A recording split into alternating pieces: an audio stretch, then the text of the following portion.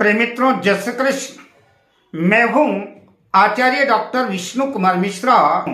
आपका बहुत बहुत अभिनंदन करता हूं। तो आज मैं कुछ ज्योतिषी सूत्रों की चर्चा करूंगा, ज्योतिषी योगों की चर्चा करूंगा जो धनवान बनाते हैं। तो धनवान योग के कुछ सूत्रों की मैं चर्चा आपसे करूं, पर मैं विषय क्रम में आगे बढ़ूं उससे पहले आपसे आग्रह, अगर आपने अभी तक हमारे इस चैनल को सब्सक्राइब नहीं किया है तो प्लीज आप चैनल को सब्सक्राइब करें, साथ ही नोटिफिकेशन बेल को भी प्रेस कर लें।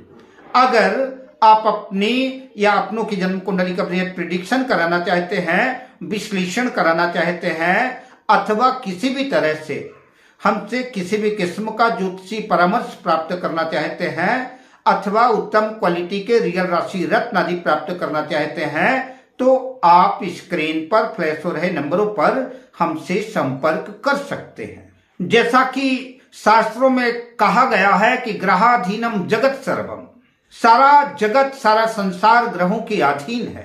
अतः प्रत्येक व्यक्ति का जीवन ग्रहों के प्रभाव में है और उसने जैसे भी कर्म किए हैं उस कर्म के अनुरूप जो है ग्रह अपना प्रभाव देते हैं। ज्योतिष शास्त्र के अनुसार किसी व्यक्ति को सुख दुख, धन, संपदा, वैभव, व्यक्तित्व, जीवन से जुड़ा हुआ प्रत्येक विषय वस्तु उसको उसकी कुंडली की ग्रह स्थितियों के आधार पर ही उसको फल मिलता है। सबकी कुंडलियां अलग अलग हैं, सबकी ग्रहों की स्थितियां अलग अलग हैं, लेकिन कुछ सौभाग्यशाली लोग हैं, कुछ ऐसे लोग हैं जिनकी कुंडलियों में ऐसे धन योग बने हुए हैं जिनकी वजह से वो लक्ष्मी पुत्र कहलाते हैं। तो उनकी कुंडलियों में ऐसी क्या खास स्थिति होती है, ऐसी क्या ग्रह स्थितियां होती है जिसकी वजह से वो धनवान बन जाते हैं। उनके जीवन में सुख, समृद्धि, ऐश्वर्य, यश, प्रतिष्ठा का साम्राज्य स्थापित हो जाता है। उनके दरवाजे पर सुख समृद्धि दस्तक देती है, धन दस्तक देता है। किसी के पास तो आकर के भी चला जाता है और कोई ऐसे सौभाग्यशाली होता है कि धन अपने आप बिना बुलाए ही आता रहता है। आय के, धन के अनेक स्रोत बन जाते हैं। जैसा कि आप जानते हैं कि जन्म कुंडली में 12 भाव होते हैं और सभी 12 भावों का अपना अलग अलग महत्व है।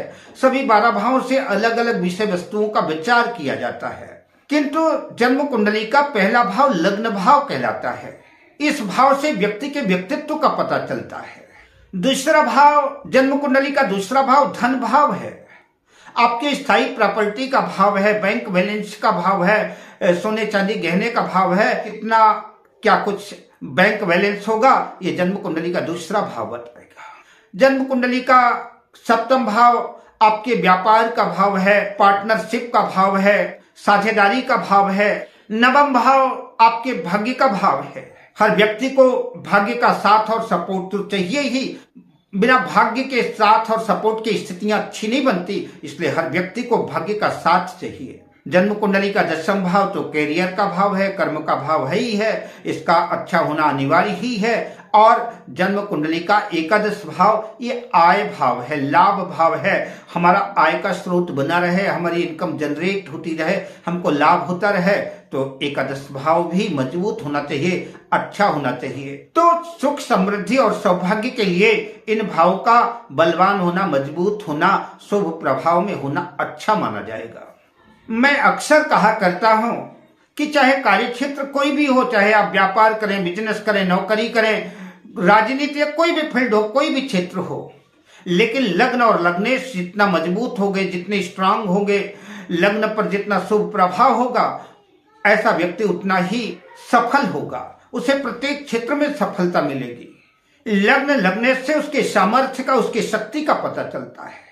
कामयाबी के मार्ग के लिए सबसे पहले आपको जन्म पत्रिका में लग्न और लग्नेश को ही खोजना है, उसकी स्थिति को ही तलाशना है, उसकी स्थिति को ही देखना है कि लग्न और लग्नेश की कंडीशन कैसी है, उसका सामर्थ्य कैसा है। तो लग्न लग्नेश जितने स्ट्रांग होंगे, जितने बलवान होंगे, जातक उतना ही सफल होगा। जन्म कुंडली का 10वां भाव और 7वां भाव भावत सिद्धांत के अनुसार 10वें से 10वां भाव, 7वां भाव आपके करियर के दृष्टिकोण से अत्यंत महत्वपूर्ण है।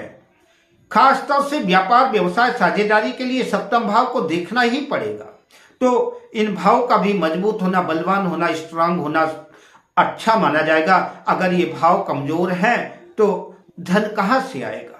तो धन आने के मार्ग प्रशस्त हों, उसके लिए आपका दशम भाव और सप्तम भाव भी अच्छा होना चाहिए, बलवान होना चाहिए। जन्म कुंडली का 11वां भाव लाभ का भाव है, आय का भाव है, आपके इनकम का, आपके सोर्स का भाव है। तो आपके इनकम बनी रहे, आपका सोर्स बना रहे, धन के आय का मार्ग अवरुद्ध ना हो, इसलिए जो है एकादश भाव भी अच्छा होना चाहिए, बलवान होना चाहिए, मजबूत होना चाहिए। और इस पर सभी ग्रह लगभग धन के क्षेत्र में अच्छा फल देते हैं। किसी भी जातक की जन्म पत्रिका में, जन्म कुंडली में सप्तम भाव का स्वामी सप्तमेश सप्तम भाव में अपनी स्वराशि में स्थित हो, या कि सप्तम भाव पर सप्तमेश की दृष्टि हो, सप्तमेश सप्तम भाव को दिखता हो, सप्तमेश स्वराशि का हो, उच्च राशि का हो, केंद्र त्रिकोण में स्थित हो, तो ऐसे जातक व्यापार व्यवसाय के क्षेत्र में, बिजनेस के क्षेत्र में कामयाब होते देखे गए हैं। ऐसे व्यक्ति व्यापार के क्षेत्र में ज्यादा सफल होते हैं। और ऐसे जातक थोड़े ही समय में, जिनका लग्नेश मजबूत है, सप्तम भाव मजबूत है, ऐसे जातक थोड़े ही समय में धरती की धूल से आकाश की बुलंदी तक का सफर तय कर लेते हैं। सफलता कदम चूमती है और ये अपने व्यापार को, अपने व्यवसाय को सफलता के शिखर तक ले जाते हैं। किंतु अगर सप्तम भाव सप्तमेश अपनी नीच राशि में है, शत्रु राशि में है, क्रूर ग्रहों से आक्रांत है, दृष्ट है, युत है, तो जीवन में मुश्किलें आएंगी, जीवन में कठिनाइयां आएंगी, व्यापार व्यवसाय में सफलता नहीं मिल पाएगी, दाम्पत्य जीवन का भी सुख नहीं मिल पाएगा। यदि जन्म कुंडली के एकादश भाव लाभ भाव का स्वामी एकादश लाभ भाव में ही स्थित है, अथवा कि लाभ भाव एकादश भाव पर उसकी दृष्टि है, या कि लाभेश अपनी उच्च राशि या स्वराशि में स्थित है, द्वितीय भाव केंद्र त्रिकोण में कहीं भी स्थित है, तो ऐसा जातक निश्चित रूप से अपनी मेहनत से, अपने पराक्रम से धन अर्जित करता है और अपने विवेक से अपने क्षेत्र में कामयाब होता है, सफल होता है। प्रायः ऐसे लोगों के जीवन में देखा गया है कि ऐसे लोगों के जीवन में धन का अभाव नहीं आता, धन की वजह से कोई काम इनका रुकता नहीं है, इनके जीवन में धन बना रहता है, इनका बैंक बैलेंस आदि सब कुछ अच्छा रहता है। यदि कुंडली में ऐसा योग और संयोग बन जाए कि दशम भाव का स्वामी दशमेश एकादश लाभ भाव में स्थित हो जाए और एकादश लाभ भाव का स्वामी दशम भाव में स्थित हो जाए, यानी दशम भाव का और एकादश भाव का राशि परिवर्तन हो जाए, तो यह सर्वोत्तम स्थिति मानी जाएगी। ऐसे लोगों के जीवन में कभी भी धन का अभाव नहीं खटकता। ऐसे लोग अपनी ताकत पर, अपने पराक्रम से, अपनी बुद्धि से, अपने विवेक से धन का साम्राज्य स्थापित करते हैं। जन्म कुंडली का 9वां भाव भाग्य का भाव है और धर्म का भी भाव है। धर्म के बिना धन आता नहीं है और कदाचित किसी तरह से हेराफेरी करके धन आ जाए, लेकिन जीवन में धर्म नहीं है तो वो धन विनाश का कारण बनता है और टिकता भी नहीं है, जैसे आता है वैसे चला भी जाता है। तो जन्म कुंडली का 9वां भाव भाग्य का भाव है, धर्म का भाव है। तो भाग्य भाव का स्वामी भाग्य भाव में ही स्थित हो, अथवा भाग्य भाव पर भाग्य भाव के स्वामी की दृष्टि हो। भाग्य भाव का स्वामी अपनी स्वराशि में, मित्र राशि में, अपनी उच्च राशि में, केंद्र या त्रिकोण में स्थित है, तो ऐसे जातकों को कदम कदम पर भाग्य का साथ मिलता रहता है। तो जीवन की उत्कृष्टता में यह बहुत सुंदर योग कारक योग कहलाएगा। बुध बुद्धि का कारक है और शुक्र लग्जरी, कंफर्ट, वैभव का कारक है। तो अगर जन्म कुंडली में शुक्र और बुध की कंडीशन अच्छी नहीं है, बुध अगर अच्छा है, भाग्य साथ नहीं भी दे रहा है, तो व्यक्ति अपनी बुद्धि से, अपने विवेक से, अपने चातुर्य से धन अर्जित कर सकता है।